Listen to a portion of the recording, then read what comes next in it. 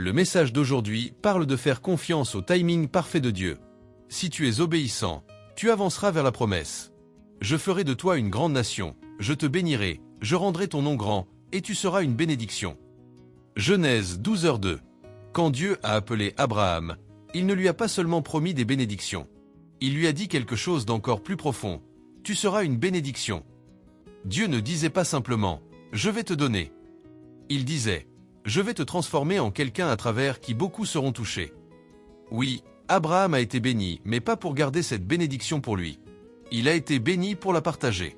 La promesse que Dieu lui a faite était si grande, si vaste, qu'il n'en a vu que le début. Il a eu un fils, oui. Mais il n'a jamais vu la grande nation qui naîtrait de lui. Il n'a pas entendu son nom résonner à travers les générations. Il n'a vu que le commencement et il a eu confiance. Maintenant, respire profondément et réfléchis avec moi. Peux-tu imaginer tout ce que Dieu veut accomplir à travers ta vie? Peut-être que ce que tu vois aujourd'hui semble petit. Peut-être que ta situation actuelle ne reflète même pas 1% de ce que Dieu a déjà mis en mouvement. Mais crois-moi, il est en train de construire quelque chose qui va bien au-delà de ce que tes yeux peuvent voir. Quelque chose qui peut toucher tes enfants, tes petits-enfants, tes arrière-petits-enfants. Quelque chose qui laissera un héritage. C'est comme regarder un iceberg, un immense bloc de glace flottant dans l'océan. La plus grande partie, environ 90%, est cachée sous la surface. Ce que l'on voit n'est que la pointe.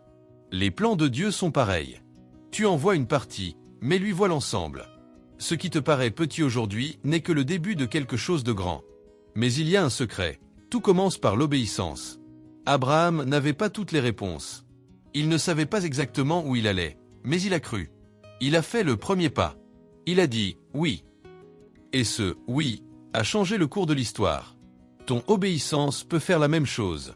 Peut-être que tu vis aujourd'hui les fruits des prières, de la foi et du don de soi de tes grands-parents, des personnes que tu n'as peut-être même pas connues, mais qui ont préparé le chemin pour toi.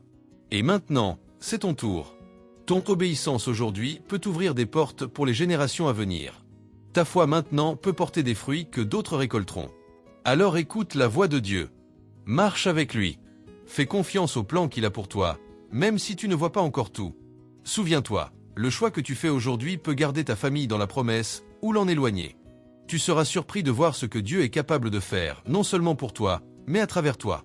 Et si tu aimes les lectures dévotionnelles, j'ai laissé dans la description de la vidéo une recommandation de livre très spécial, un best-seller qui a déjà transformé la vie de millions de personnes.